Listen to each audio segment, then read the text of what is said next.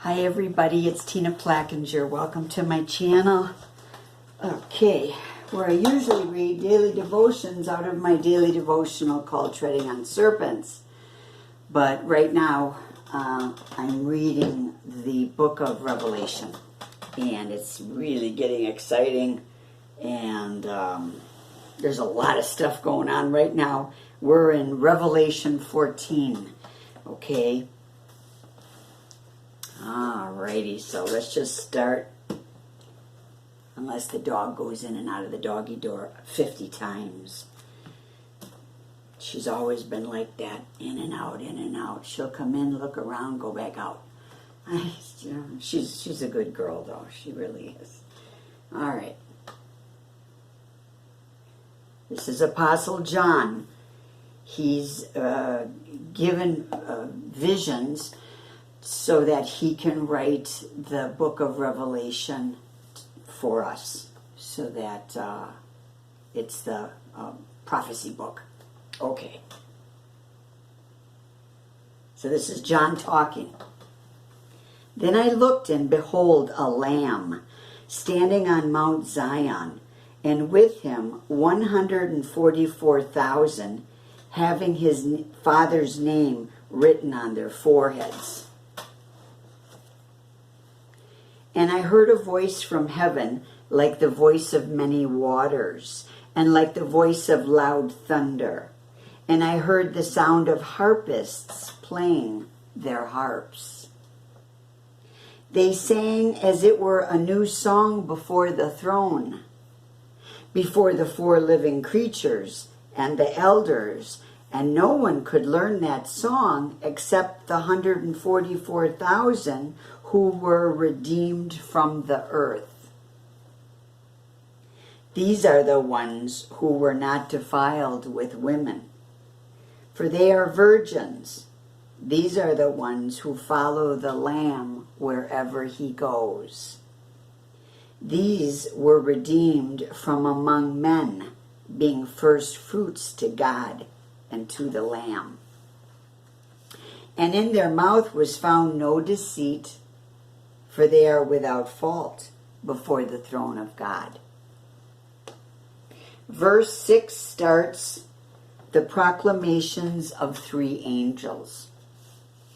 Then I saw another angel flying in the midst of heaven, having the everlasting gospel to preach to those who dwell on the earth, to every nation, tribe, tongue, and people, saying with a loud voice, "Fear God and give glory to him, for the hour of his judgment has come, and worship him who made heaven and earth, the sea, and springs of water."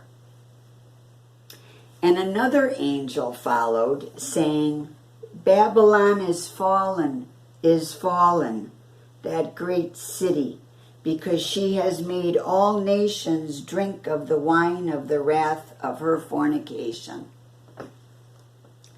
Verse 9.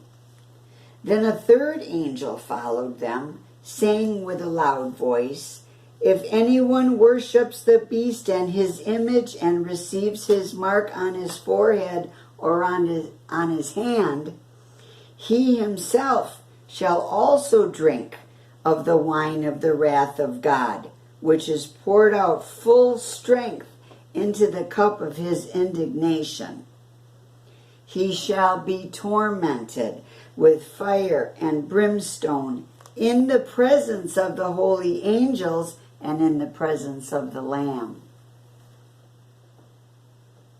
And the smoke of their torment ascends forever and ever, and they have no rest day or night who worship the beast and his image, and whoever receives the mark of his name." Verse 12. Here is the patience of the saints. Here are those who keep the commandments of God and the faith of Jesus. Then I heard a voice coming from heaven saying to me, "Write, Blessed are the dead who die in the Lord from now on. Yes, says the Spirit, that they may rest from their labors and their works follow them.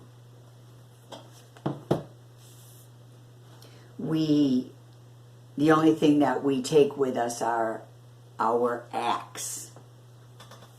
Because it says here, yes, says the Spirit, that they may rest from their labors and their works follow them. Okay, now Jesus comes on a cloud. Revelation 14 verse 14 starts the reaping of the earth's harvest. Okay. Then I looked, and behold, a white cloud, and on the cloud sat one, big O-N-E, one, that means, God. All right.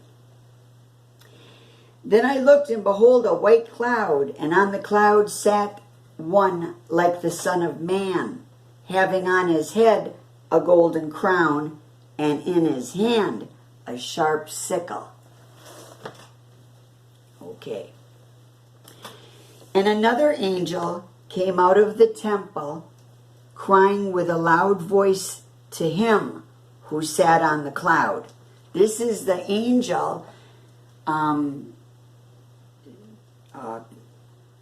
with a loud voice crying out to Jesus. Okay?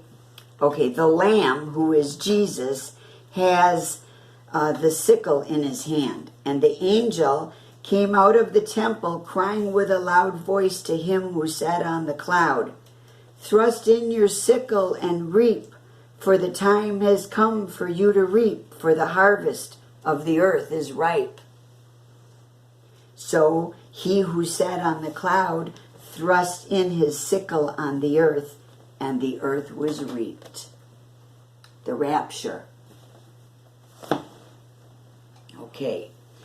Verse 17 starts reaping the grapes of wrath. Then another angel came out of the temple, which is in heaven, he also having a sharp sickle. So Jesus has a sickle, and now there's another angel coming out of the temple in heaven, and he has a sickle. Okay. Verse 18. And another angel came out from the altar. So now you've got one angel coming out of the temple of heaven with a sharp sickle. And verse 18, another angel came out from the altar who had power over fire. And he cried with a loud cry to him who had the sharp sickle, saying, to him meaning the other angel, not to him meaning Jesus, because him meaning Jesus would be with a capital H. I am. Okay? And this doesn't have that. This is him with a lowercase h. So, repeat. Verse 18. Verse 17. Here we go. And I'll be quiet so that you guys can get this. Then another angel came out of the temple which is in heaven, he also having a sharp sickle. And another angel came out from the altar who had power over fire. And he cried with a loud cry to him who had the sharp sickle, saying, thrust in your sharp sickle and gather the clusters of the vine of the earth, for her grapes are fully ripe. So the angel thrust his sickle into the earth and gathered the vine of the earth and threw it into the great winepress of the wrath of God. Verse 20, the last verse. And the winepress was trampled outside the city, and blood came out of the winepress up to the horses' bridles for 1,600 furlongs. Oh, I don't have the Here's the Amplified Bible. Just really quickly, let me see if anything explains anything more here for that.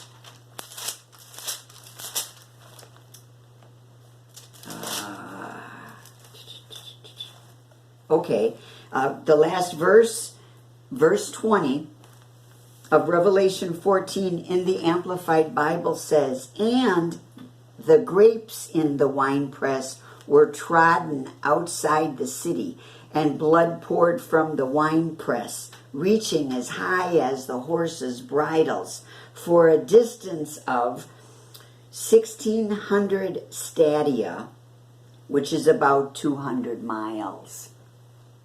And then next to it says Joel 3:13. Okay, so that's Revelation 14.